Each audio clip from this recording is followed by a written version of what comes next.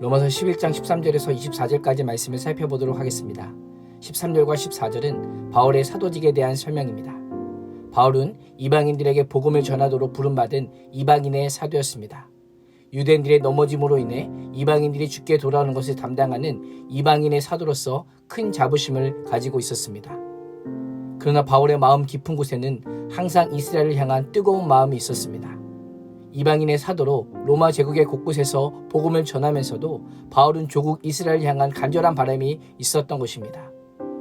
바울의 1차적인 사명은 이방인들에게 복음을 전하는 것이요, 2차적인 사명은 복음을 듣고 구원받는 이방인들을 보고 유대인들이 시기심을 유발하여 그들 중 얼마, 즉 남은 자 중 한 명이라도 더 예수님을 믿고 구원받게 하는 것이었습니다.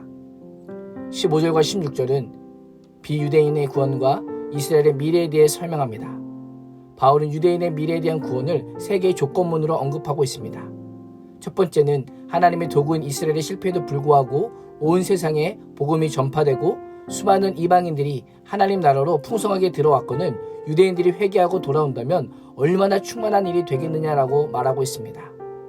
하나님께서 택하신 유대인들의 회복은 마치 죽었던 사람이 살아나는 것과 같은 새 창조의 사건입니다. 기쁨의 잔치가 될 것입니다. 유대인들은 하나님을 거절하였지만 하나님의 구원 계획은 여전히 진행될 뿐 아니라 마지막 때에 그들이 믿음으로 복음을 받아들이면 모든 자를 향한 구원 계획이 끝이 날 것입니다.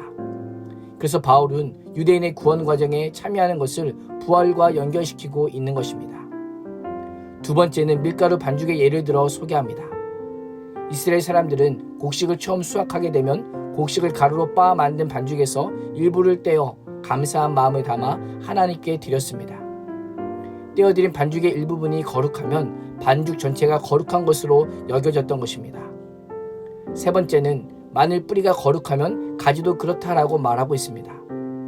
하나님의 약속을 받은 이스라엘 조상들과 그 약속이 처음 익은 곡식가루요 나무 뿌리라면 떡덩이와 가지는 이스라엘 백성들입니다. 뿌리가 건강하면 가지가 병에 걸렸어도 나무를 치료할 수 있는 것처럼 지금 남아있는 유대인의 뿌리가 거룩하니 남아있는 유대인들 역시 언젠가는 거룩한 하나님의 백성이 될 것이다 라고 말씀하고 있습니다.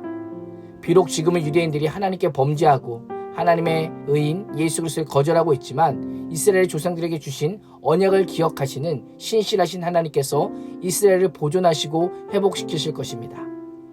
17절에서 24절은 유대인과 비유대인의 현재를 진단하고 비유대인들에게 권면합니다. 17절의 돌 감람나무는 야생에서 자라는 감람나무입니다. 참 감람나무는 품종이 개량이 된 맛 좋은 감람나무입니다. 덧붙이기의 방법대로라면 돌 감람나무에다 참 감람나무를 덧붙여야 합니다. 그러나 바울은 지금 반대로 말하고 있습니다. 맛있는 참 감람나무에 맛없는 돌 감람나무를 덧붙인다는 것입니다. 하나님께서 이스라엘 백성들을 잘라내시고 그 자리에 이방인들이 덧붙이셨다라는 것입니다. 그렇다면 이스라엘은 좋은 나무이고 이방인들은 나쁜 나무일까요? 그렇지 않습니다. 유대인이나 이방인이나 모두 소중합니다. 왜 일반적인 상식과 반대되는 덧붙이기를 시도하시는 걸까요? 이스라엘이 하나님께 받은 특별한 소명과 사명을 강조하기 위함입니다. 바울은 덧붙여진 이방인들에게 중요한 한 가지 메시지를 전합니다.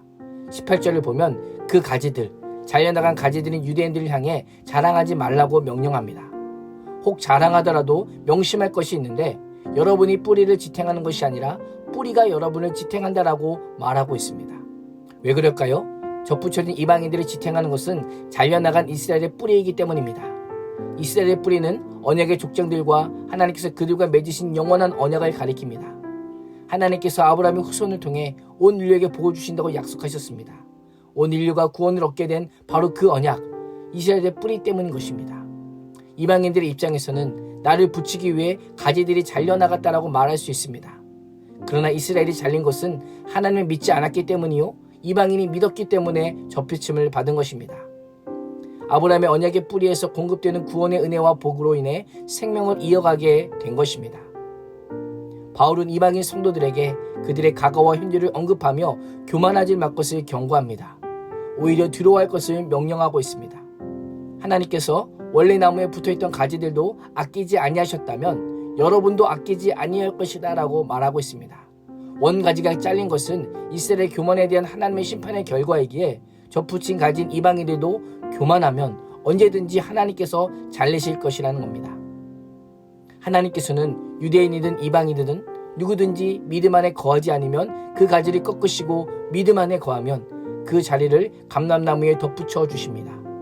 믿음만이 접붙임의 은혜, 회복의 은혜를 누릴 수 있는 것입니다. 우리는 참 감람나무의 접붙임을 받은 돌 감람나무 가지입니다. 우리에게 필요한 자세는 교만함이 아닌 두려움과 떨림 가운데 날마다 믿음으로 구원을 이루어가는 것입니다. 오늘 하루도 참 감람나무 가지답게 온유와 겸손함으로 하나님의 인자하심에 머무는 자들이 될 수 있기를 주님의 이름으로 축원합니다. 기도하겠습니다. 하나님, 구원받은 자라고 생각하며 스스로 높은 마음을 품으며 교만하지 않게 해주시고 항상 두렵고 떨리는 마음으로 하나님의 인자하심 안에 머물며 구원을 이루어가는 믿음의 길을 걷는 자들이 되게 하여 주옵소서. 예수님의 이름으로 기도합니다. 아멘.